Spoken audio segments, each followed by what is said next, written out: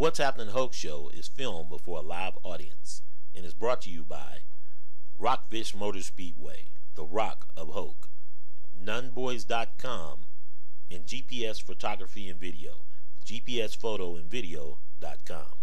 You know, at the government level, gave out classified information.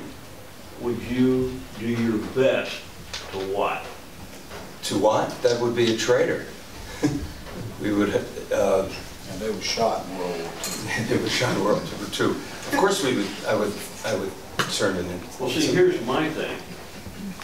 When I was in, Brian was in. Yeah. They said, okay, we've got 50 guys going here into Saudi or Syria. Now that's classified information because they're technically behind the lines. Right. Okay. So me and Brian are out there drinking, and we happen to say something to you about it, and then my guy over there catches us. We go back. We're court-martialed, thrown in jail. Mm-hmm. Why can't they do that in Washington, D.C.? You know, can I take your question and say there's a lot of things wrong in Washington when you have. Well, you mentioned security.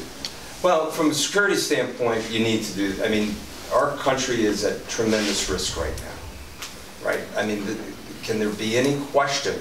There's 1,000 investigation on ISIS going on, and every state is affected in our country.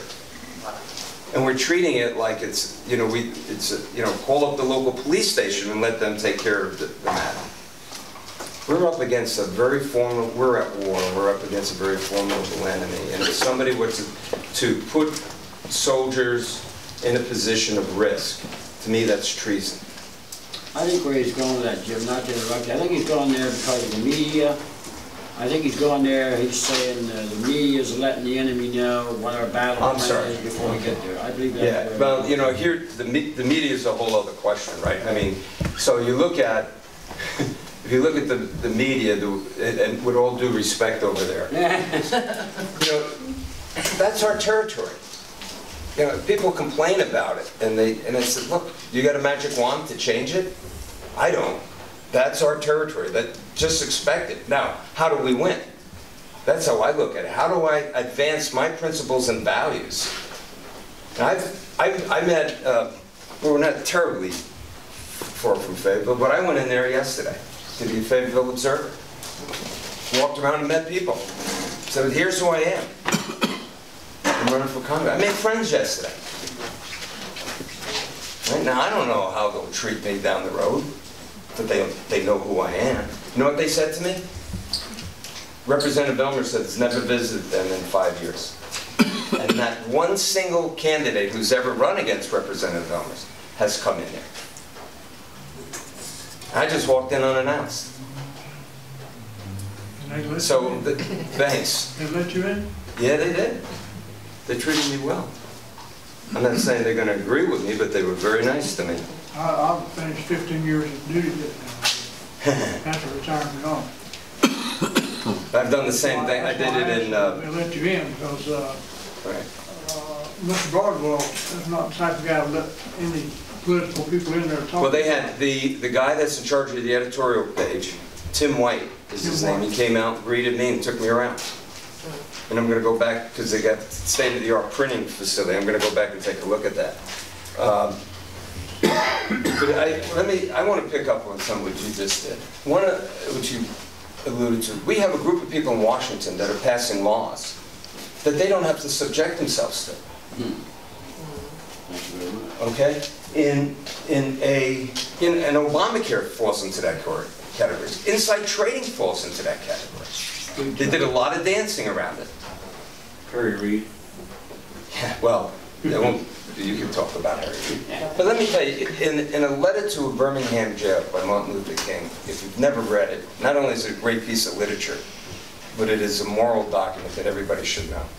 And he says in there that when a governing body passes a law that the people have to use, and they don't, that's the definition, one of the definitions he gave of what an unjust law is. And I have to tell you that I believe Obamacare was conceived in deceit and lies. And when it's an option for representatives whether they're going to have it or not, I find it to be an unjust law. They knew that you weren't going to save $2,700. They're too smart. And that you could keep your doctors. We have, look, I've interviewed with a lot of groups in Washington. And they say, well, what are your goals when you get here? And I've spent a lot of time talking about what we're going to do in the 2nd District. And they said, nobody ever talks to us this way. Everybody thinks they can come in and change Washington. I said, no, the first thing I'm going to do is insist on getting on the HASP committee because of the military influence in our district. And then I'm going to go and execute what I call the power of one. And that is, how can I influence you and you? How can I join an alliance so that we have a voting bloc? That's the power of one. There's only 535 of us up there. That's the power of one. But your focus needs to be on the people in the district, not a committee that you're trying to be chair of. So, I went off on a tangent there, but any other questions? Any from the press? Madam Press? Mr. Duncan, I just want to thank you for coming out. Oh, it's my pleasure to be here. Thank you. And also, Mr. Duncan, we want to know that the people in Rockfish, in the whole county and the whole district, we want to know that we have someone that we can reach out to, we can explain a problem to, possibly get some answers. That's what's important to us. We sat here tonight, we need our county commissioners involved in our community. We have not got that.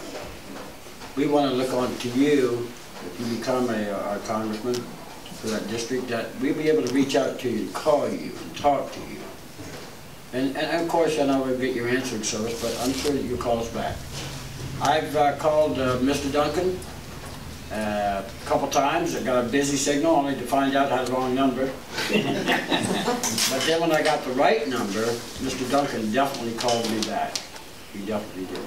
And I really appreciate that from him, and that shows that he'll keep his word to me. And there's been other candidates coming in that running for Congress that I've called. They said, call me, Brownie, no problem, we'll get you an answer, blah, blah, blah. I've called, no answer. But I appreciate that from you. You kept your word to me. Well, that's what, you know, I'm applying for a job with you right now. And so, and I want to be a representative. And I know what that means. And so you can respond. I mean, we'll get out to you all when our town hall meetings are. I mean, can you remember the last one that Renee Elmer said? Right. But you know, this issue is not just the 2nd District. At Chatham County, where I'm from, they had the county's kind of split. You know, you got a lot of people like myself that have moved in there in the last 10 years in the northeast section of the county. And the west is very rural farming country. People have been there for generations. And what I call the secular progressives want to zone the entire western half of the county. And it's a huge, huge issue. Why? Because this is passed down for generations. The farmers, this is their 401k. This is the land they wanted to give to their grandchildren and their children.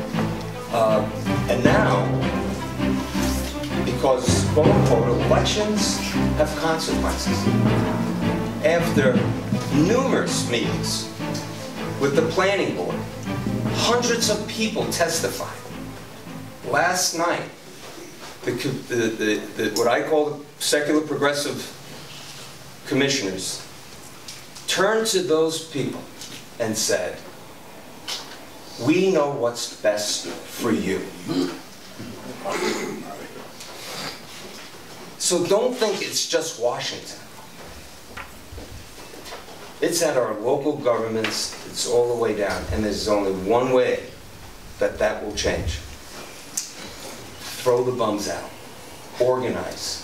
Get the people in there who represent your interests, your will, because you see, it's not the representative's interest or will. It's the people's will. Now, granted, if there was something against my principles and values, I'd have a conflict. And at that time, I think I'm going to have to fall on my principles and values. But when the people are asking you to represent you, that's what you have to do. We know what's better. We know what's best for you. That to me, remember John McEnroe? The tennis player who used to go, "You can't be serious." This is a you can't be serious moment. And it's happening across our country. The bums have been out there working on the farm. Government of the people, by the people, and for the people shall not perish from the earth. It's up to you and I to do this. And I'd be honored to be your representative. I'm asking you for your vote. And my website is jimfornc.com. And a gentleman asked me for a bumper sticker, and I'm going to go out and get some before I go if you'd like to take a bumper sticker from me. I got them out in the truck. Okay? Thank you. Thanks, guys. Thank you very much.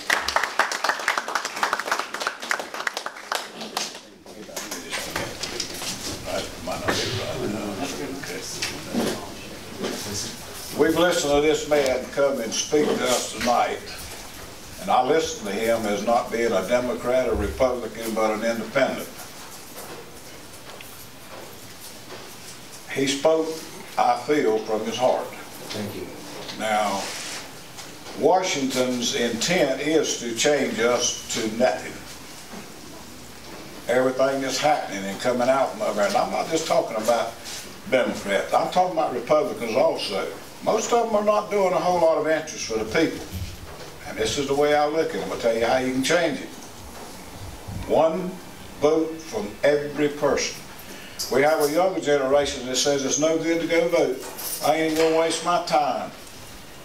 Hoke is a good example of that when our polls open and close. You can ask this young lady right here, her and I run them for years around here, and people won't vote. That's why you're where you're at today.